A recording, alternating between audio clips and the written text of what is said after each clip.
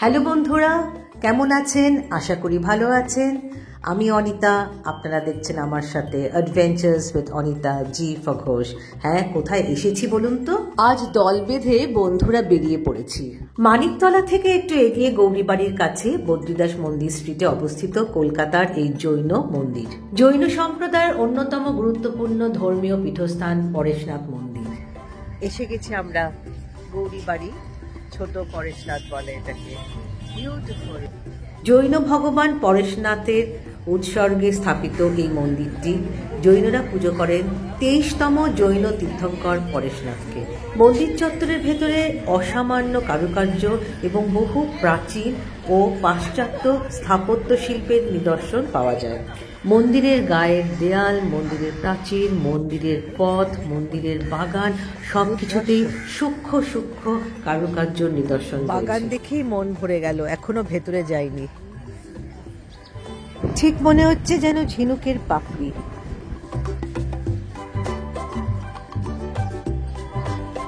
এত সুন্দর পটভূমিকায় সবাই ছবি তুলতে ব্যস্ত।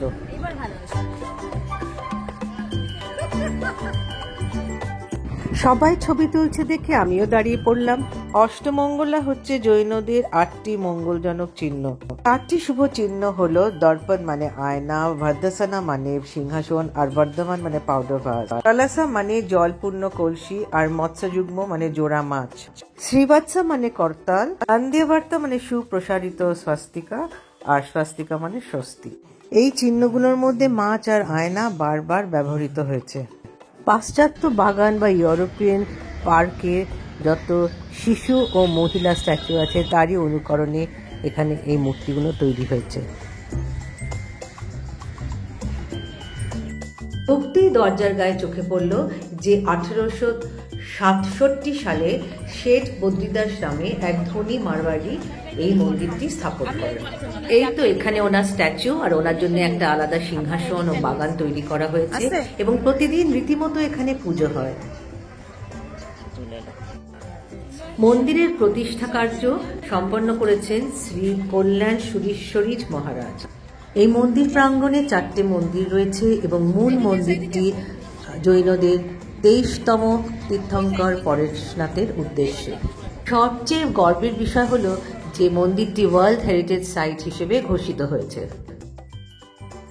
মূল সিঁড়ির দুধারে মাহুত ও সোয়ারি সমেত 2টি শ্বেত পাথরের হাতি রয়েছে। এইখানে এসে মনে হলো যেন রাজস্থানের কোনো ফোর্টে, যেরকম অ্যাম্বার ফোর্ট বা আজমের ফোর্ট, শীষমহল বা কোনো মন্দিরে এসে পৌঁছেছি।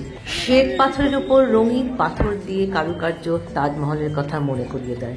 সিঁড়ির নিচে চটি খুলে সিঁড়ি এক ধাপ করে এগিয়ে গেলাম এবং ভেতরে ঢুকে চোখ একেবারে ধাঁধিয়ে গেল। কি সুন্দর অপরূপায় মন্দির।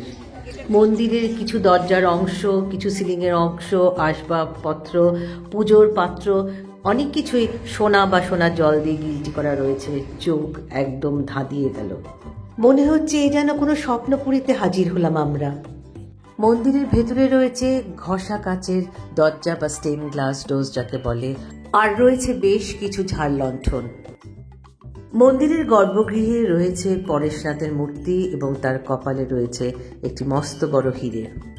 এই হীরের জ্যোতিতে চোখ একদম ধাঁধিয়ে গেল, আর সেটা প্রতিবিম্বিত হয়েছে অজস্র অসংখ্য আয়নায়। কি স্নিগ্ধ, কি শান্তির প্রতীক এই মূর্তি। মন্দির চত্বরে রয়েছে একটি জলাশয় এবং সেখানে বিরাট বিরাট রং বেরঙের মাছ রয়েছে। বন্ধুরা, কি মনে হচ্ছে? ভিডিওটা দেখে আপনারা কি দেখতে যাবেন? ভিডিওটা ভালো লাগলে অবশ্যই একটা তো লাইক চাই, শেয়ার এবং অবশ্যই সাবস্ক্রাইব করবেন। এতক্ষণ দেখলেন adventures with Anita G for Ghosh.